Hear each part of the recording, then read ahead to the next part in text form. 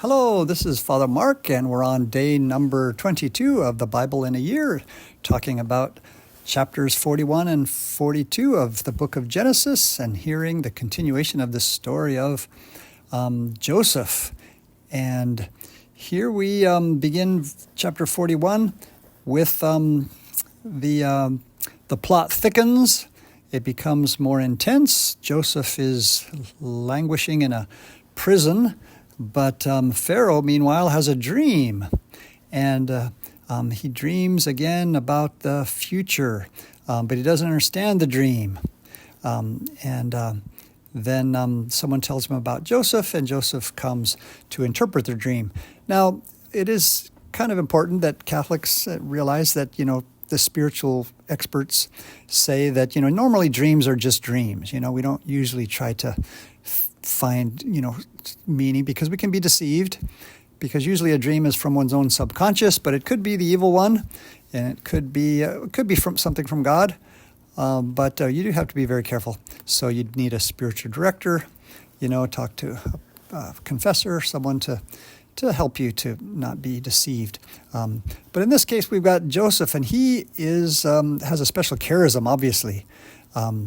In verse 16, he says, "It is not me, it is God who will give Pharaoh the answer." So he acknowledges that it's, this special, and not all of us have special charisms like that, of course. Maybe a king or a pope or a pharaoh, when a important leader has a dream, sometimes perhaps God does give a dream to a pope or to someone important so that they can guide their people in a good way. So, but that's what happens here, obviously. And Joseph is able to interpret the dream, and he comes up with the explanation that these strange 7 cows who were fat and sleek, and then 7 more that were thin and emaciated, and how the emaciated ones devour the fat ones, and then the stalks of grain, and how the thin dry ones ate up the healthy ones. And Joseph explains that it means that there's going to be 7 years of bumper crops, 7 years of prosperity and large harvests, great harvests, and then 7 years of famine.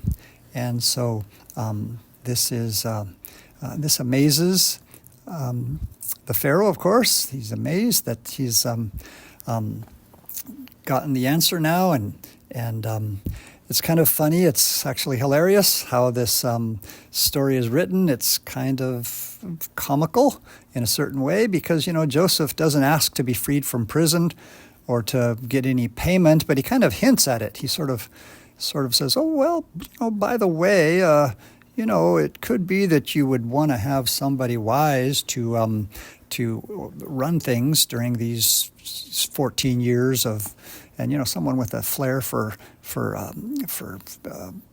rationing or planning," and kind of hints at it. Says, he says, you might want to think about that. Who could it be? I don't know. How about Joe?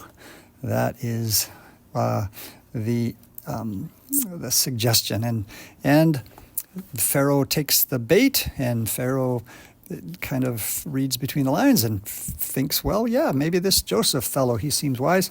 And Joseph is raised to be second in command in the country of Egypt. And this is typical, of course, in the beautiful Bible, the scriptures. Constantly, God is blessing his people. The chosen people are always getting blessings, like the prodigal son is welcomed back by the father in this case too.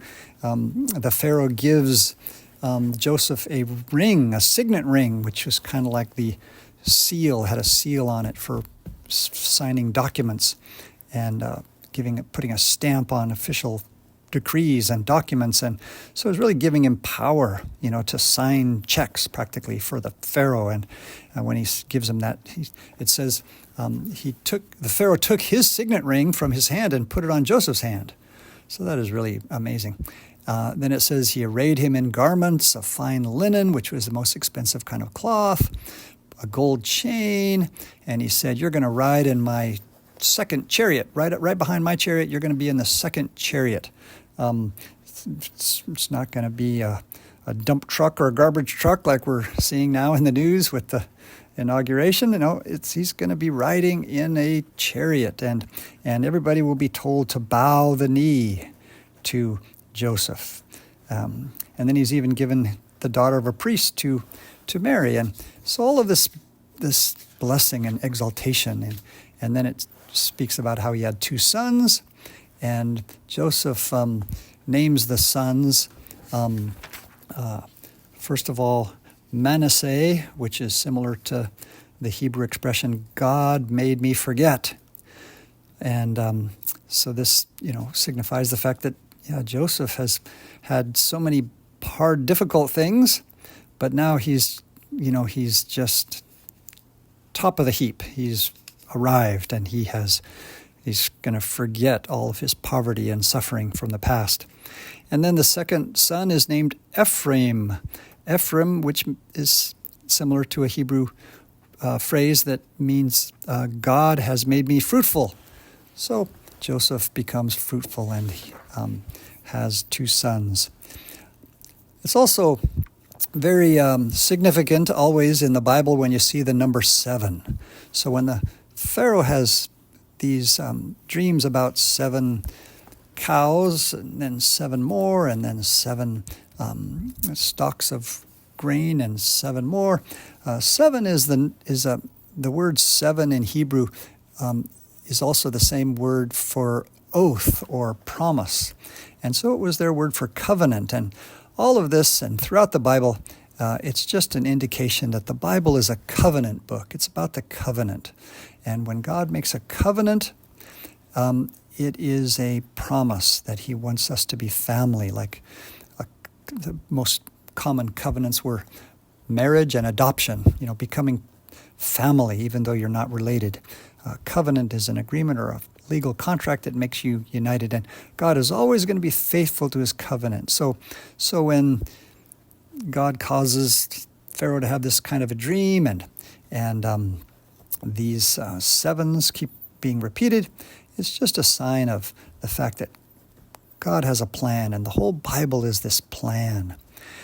Even from the first page of the Bible, we saw that the 6 days of creation culminated in a 7th day, which is a day for God, God's day of rest, and a day for worship and prayer. And for the Jewish people, the Sabbath day was so sacred. And then they had a tradition we're going to learn as we go through in the book of Leviticus, that they would have every 7 years they would have a special year of rest. And then every 7 times 7 years, every 49 years, they would have a super Sabbath year, which was called a Jubilee year, which reminds us of the fact that we've just started 2025, the Jubilee year. And that's what it's all about. The fact that throughout the Bible, you could also say, they say that the Bible is a Jubilee book, that God's plan is to send his Messiah, his Christ, who would inaugurate, as we're going to hear actually on Sunday in the gospel reading, we're going to hear from the 4th chapter of Luke, that Jesus introduces himself as the one who's going to bring a year of favor, or a year of grace, or a year of agreeable to the Lord. So he basically says that I'm the Messiah who's bringing the Jubilee blessings, which were freedom from debt and forgiveness and return to family and land and freedom for all of God's people. And that's what the message of the entire Bible is all about.